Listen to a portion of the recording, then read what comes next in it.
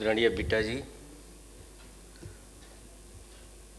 और जो भी ऑर्गेनाइज़र हैं सबको धन्यवाद देता हूँ।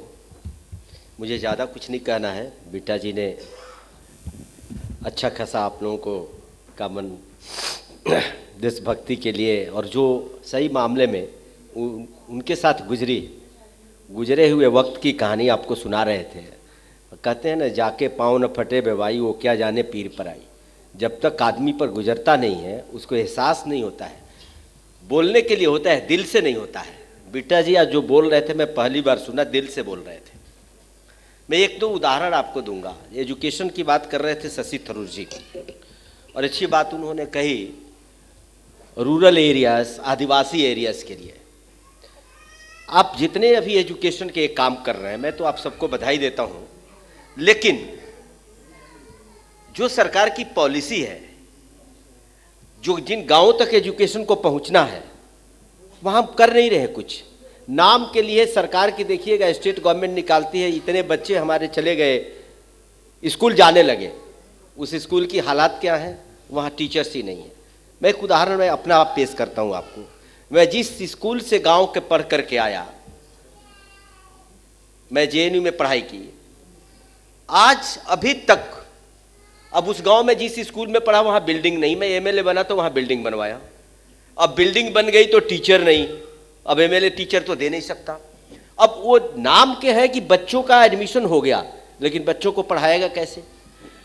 हम थे तो वहां 3 टीचर थे, उन्होंने अच्छी तरह से हमें पढ़ा अपना बच्चा समझ करके 5th तक। 6th में मैं एक दूसरे स्कूल में गया। 8th क्लास में वहां होता था एडवांस मैथमेटिक्स और एलिमेंट्री मैथमेटिक्स। एडवांस मैथमेटिक्स बहुत कड़ा होता था। वहाँ हम लोगों को इंग्लिश भोजपुरी में पढ़ाना सिखाया गया। इंग्लिश को भोजपुरी में पढ़ाते थे। 5th तक तो ABCD भी नहीं पढ़ाया। तो 8th के एग्जाम में मुझे एडवांस मैथमेटिक्स में तो 100 आया, और नेक्स्ट जो शहर के बच्चे थे, शहर में मैं चला गया था, हमारे नेक्स्ट 22 था। इतना वो टफ पेपर था, लेकिन इंग्लिश में मुझे 14 आया और टाउन के बच्चों को 50, 60, 70 नंबर आ गए। तो मुझे हेडमास्टर ने बुलाया, तो मैं देखो साहब, मैं एडवांस मैथमेटिक्स में ला सकता हूं तो इंग्लिश में भी ला सकता हूं।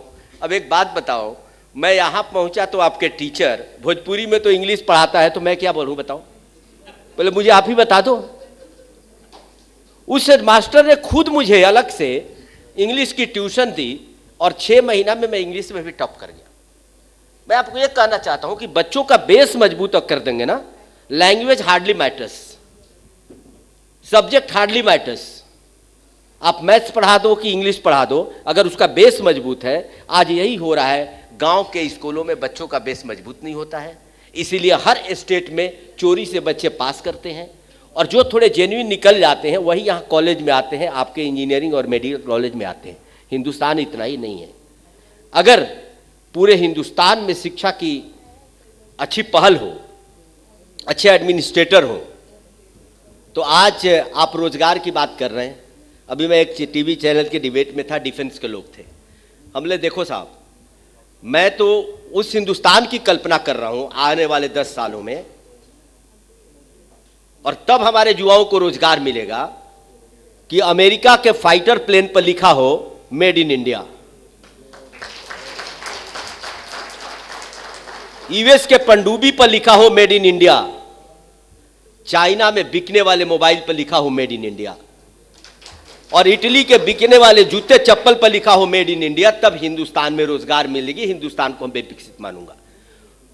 और आप जब एक काम हम कर देंगे तो आज 60 रुपया $1 के लिए देना पड़ता है, $1 के लिए $10 उनको देना पड़ेगा। उस दिन हिंदुस्तान की बात हम करेंगे, उस हिंदुस्तान। और हो सकता है जब हम आजाद हुए तो $1 $1 था। 1915 में हम गुलाम थे, तब भी $1 में $15।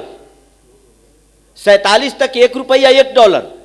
आखिर हमारी गलत नीतियों का परिणाम नहीं है क्या कि आज 62 कोई रूपरेखा ही नहीं है। तो इसलिए जो बीटा जी ने जिस तरफ संकेत किया, मैं भी कहता हूं कि आगे आने वाले दिनों में हिंदुस्तान में किसी चीज़ की कमी नहीं है। हमारे ही कल्पना चावला की बात कर रहे थे, वो तो खैर हायर लेवल, आप नाम सुन लिए। मैं जब पढ़ता था साइंस कॉलेज पटना में, तो आईआईटी में मेरे दोस्त चले गए, हम लोग तो छोड़ करके इंजीनियरिंग, कुछ राजनीति में आने की फितरत थी तो चले आए इधर। हमारे यहाँ जितने बच्चे आईआईटी में गए, आपको बता दूं, हमारे क्लास के हम 120 लोग थे, जिसमें 50 आईआईटीज में गए। शायद ही कोई हिंदुस्तान में है, कोई अमेरिका, कोई जर्मनी, कोई सारे इंजीनियर्स। वो किसके लिए काम कर रहे हैं? वो उनके लिए काम कर रहे हैं। उस मिसाइल में उनका भी योगदान है, वहां बनने वाले मिग में उनका भी योगदान है, वहां बनने वाले आर्म्स एम्युनिशन में उन्हीं का योगदान है। तो अगर उनको अपॉर्चुनिटी हम यहां दे दें तो आराम से काम हो सकता है। इसीलिए मैं मानता हूं कि हम सभी को मिल करके आज जो वोटिंग हो रहा है, जिस तरह ऑस्ट्रेलिया देश के 6-7 देशों में ही, दुनिया के 6-7 देशों में 100% वोटिंग होता है।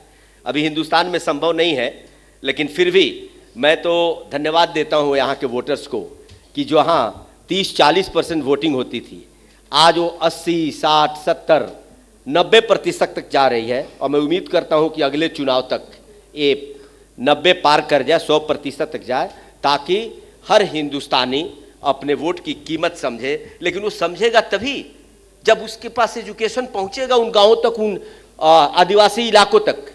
थरूर जी ने एक बात सही बोला, ये बच्चे जो कुछ नहीं कर पाते, कुछ उनको दिखता नहीं, तो क्या करेंगे? वो प्रॉब्लम बन जाएंगे।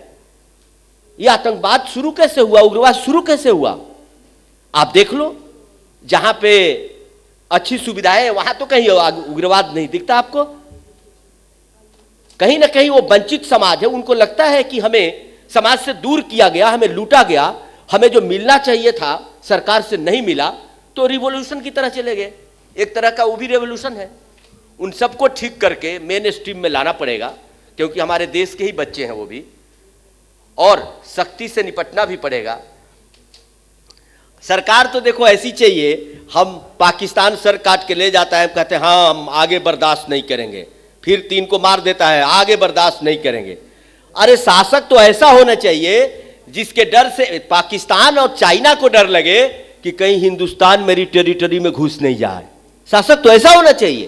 वो घुस जाता है और हम कहते हैं अगली बार हम नहीं घुसने देंगे। अरे इसका मतलब आपका डर नहीं है। डर उसको होना चाहिए था, इतना बड़ा मुल्क। अब अगले 3-4 सालों में तो हम चाइना को भी पार कर देंगे, ऑलमोस्ट कर चुके हैं। चाइना की 130 है, हमारी 127 पहुंच गई, तो 2-3 साल का ही इंतजार है। लेकिन इस जनसंख्या को, इसको हमें एसेट बनाना है, और एसेट तभी बनेगा जब हर फील्ड में, चाहे वो इंडस्ट्री हो, चाहे कृषि हो, चाहे एजुकेशन हो, विकास उसी को कहते हैं जो हर फील्ड में हो। लेकिन यहां तो पताल से, जमीन से लेके आसमान तक लूटने की जहां परंपरा हो गई है, उससे विकास नहीं होगा। इसी को, जो पैसे बाहर जा रहे हैं, इस पैसे को वापस ला करके, ये हमारे पैसे हैं, इससे देश के विकास में लगाना पड़ेगा, तभी जाकर के हिंदुस्तान सुपर पावर बन सकता है। और हिंदुस्तान के पास ही कुवत है। आपको बता दूं, आपको ऐसा लग रहा होगा कि अमेरिका बहुत अमीर है, उसकी यहां सड़कें बन गई हैं, चाइना बहुत अमीर है, इटली बहुत अमीर है। इस गलतफहमी में मैं तो कम से कम नहीं हूं।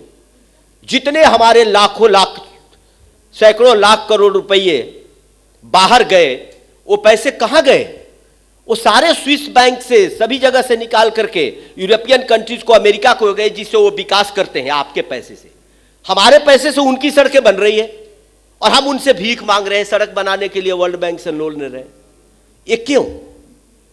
इसलिए कि जिनको हमने इंस्पेक्टर बनाया था, कहीं ना कहीं उन्होंने हमारी इकोनॉमी की, हमारे देशवासियों के सम्मान की रक्षा नहीं किया।